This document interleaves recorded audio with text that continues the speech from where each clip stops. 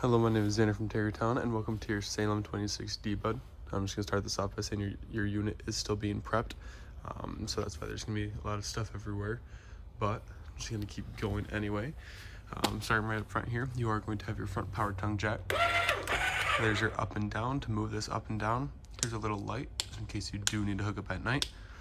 Right behind here is going to be a little tab that you can peel up and insert a tool to then manually override this, just in case it does ever electrically go out. And right here for propane tanks, all you do is turn one on or the other, and that is then going to be used. Your battery is going to be right there, and then right there is going to be your battery disconnect. So when your power is on or off or whatever it is, that's just going to choose what the battery does. So if it's on, it's going to bring the battery and give it power to the inside of the camper. If it's off, it's going to cut the battery off from the inside of the camper. Right here is just going to be your pass-through storage.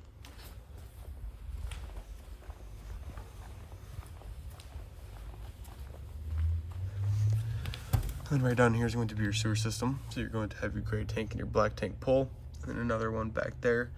Your black tank is going to be for your toilet, so any sewage related, that's going to be right there. And then your gray tanks are going to be for showers, sinks, stuff like that. So I do recommend doing the black tank first, just because there's going to be solids inside there. So when it does end up emptying out, you're able to kind of flush out the sewer hose with the gray tank water. But when you open your gray tank and let it flush out, I recommend keeping that open and putting a pressurized hose into this black tank flush here. That's just going to activate a small sprinkler inside of your black tank to help kind of flush anything, like I mentioned before, any solids that have gotten stuck completely out. And when you're done with that, go ahead and remove your hose, put the black tank back in, and then I still recommend doing the gray tanks last. Before you do, go ahead and move your stabilizer jacks down, loosen up that strong arm so that can eventually extend and whatnot. And then when you go to reel it back up, just make sure it is loosened again. But otherwise, when your stabilizer jack is on the ground, go ahead and tighten it, and that's just going to act as another source of stabilization. So you have your camp power or shore power here. Cable satellite input, just if your campground offers it, you can do that. Then here's your city water connection. So when you get to a campground, this is going to be where you put that main hose into. That's just going to be your main water source. Here's going to be your water heater. So your anode rod is already in, but you're going to want to make sure it's in and nice and tight. And then once that is in, go to the inside of your camper and turn on the hot side of your faucet. It is then going to sputter for a little bit, but that's just all the air getting pushed out of your tank. So once you do have a steady flow of water coming out the hot side of the faucet, and you have your anode rod in nice and tight, then you can go ahead and turn this on, and then you are able to then use it. Basically, your anode rod is just going to have all the hard water eat at that rather than your tank, and it also helps kind of build up pressure inside there to make sure everything goes nice and easy. To remove it, you just pull this little valve here. This is going to be your pressure release valve. It's going to hiss and shoot out, all the extra pressure and stuff like that. And when that's done hissing, go ahead, take your socket. It should be a 1 1/16. Go ahead and then pull that out.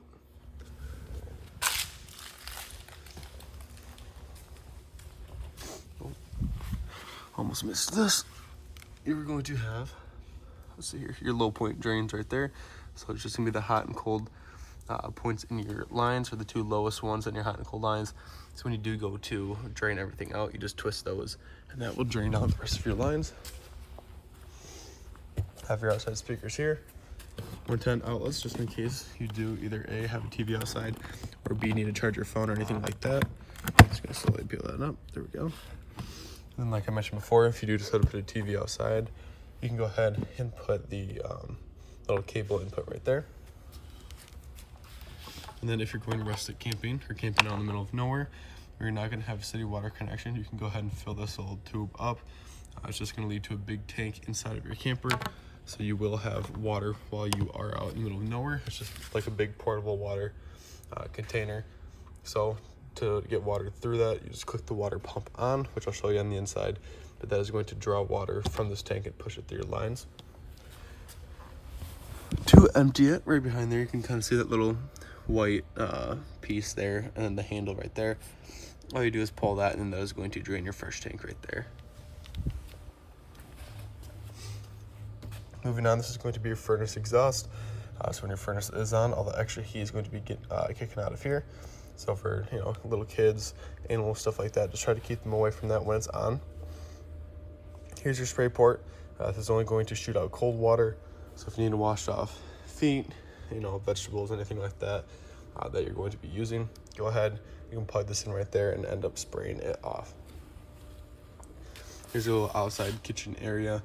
You just have your refrigerator, and then of course your little griddle here. The main thing for your griddle is it's gonna have this little LP hose here. And that LP hose is going to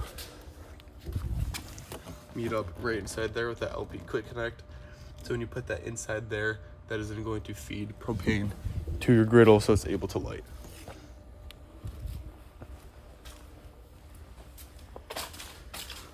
Otherwise, you just have your other side of your pass-through storage here.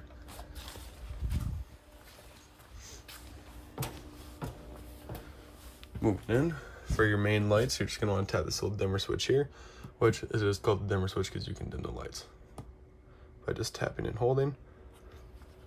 Anyways, going to your tanks here. Some of them are going to be full, like I said, because it's still in prep. Others have your battery, fresh tank reader, black tank reader, gray tank reader, and your galley tank, which is basically just a second gray tank.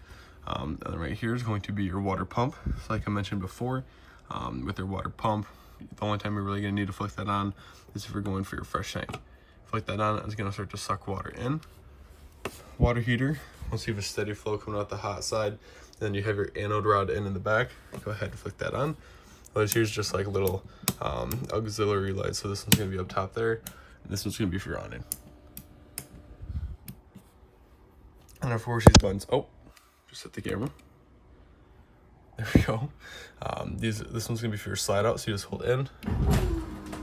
It starts to move in, and then when you hold out, you're gonna hear that little gear grinding noise.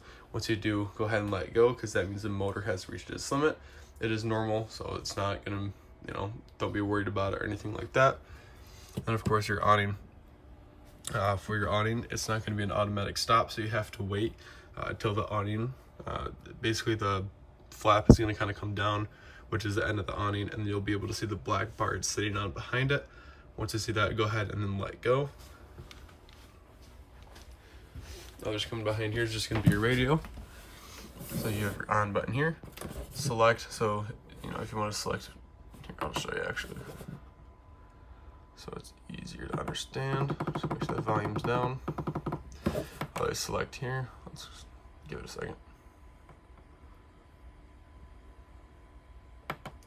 So right there. So if you want to choose between equalizers and stuff like that, you are able to balance that out.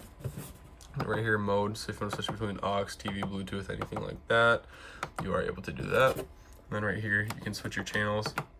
This is going to be a pause and play. And like select, power, mode. Then you have your volume here. Then you have a mute button right here. There's zone 1 inside speakers, zone 2 outside speakers. You can have both on, both off, anything like that. And then of course on the far left you have your HDMI and USB there. Otherwise you just tap to turn off. Right down here is going to be your little space heater. Far right is going to be your power. And going from left to right, you're going to have your time. Goes all the way up to 9 hours. To the right of that is going to be your low and high fan speed. And then next is colors. And then next is colors. And then in here, bedroom. If you do decide to put a TV backer here, you have your input and your 110 power outlets there.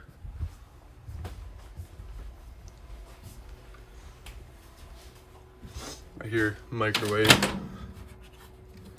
Then you have your fan and light here. And for your oven and stove, all you do is click it on like that, and you press, turn to release the gas. You can, I don't know if you can hear that on camera, but the gas will then release, and you sit and spark to the right. It'll spark to the right and not to the left, because if you do spark to the left, it will snap off. It's not made to go that way. So you ignite to the right, and then of course your burners will ignite, and you can choose the flame height with the high and low there. And then for your oven, it's the same process. You just press in, turn to the pilot symbol right there, spark, spark, spark, until you see a small flame appear in the back right there. should be right back there. Yeah, right there. Once you see that small flame appear there, then that's when you go ahead, be there, spark, see the small flame, and then you can go ahead and turn to your temperature needed. And while we're down here, let's talk about your breakers and fuses. Breakers, everything's gonna be labeled just like a house would be. And for your fuses, I do recommend bringing some extras. I don't know if you do, but I personally recommend it just out of safety. But you can pick those up at any auto parts store or anything like that. And then one more on the floor.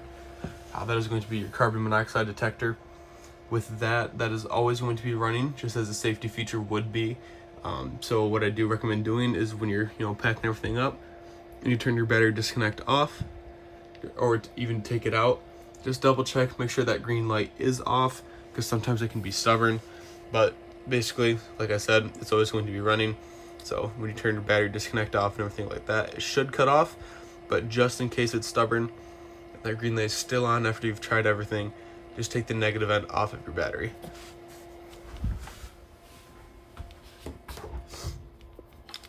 So up top here, the higher the number, the colder it does get. So every time you hit set, of course, it's going to move back and forth.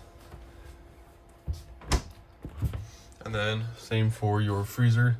The farther right it goes, the colder it gets, and then you just twist that little knob right in the back there to control it. And then make sure this is more focused up. There we go. So for this is your little thermostat. So you can click between fan settings, cool settings, and also heat, which is going to be your furnace. For your heat, you are going to need to have your propane on for that. But other than that, you just keep clicking through to whatever you'd like. Right back here, some of these lights are going to be off. There's a little solution to that. There's a little button right in the middle that you just click on, and then it is going to turn on. Otherwise in here, it's a little bit of a mess, because obviously, like I said, they're testing everything.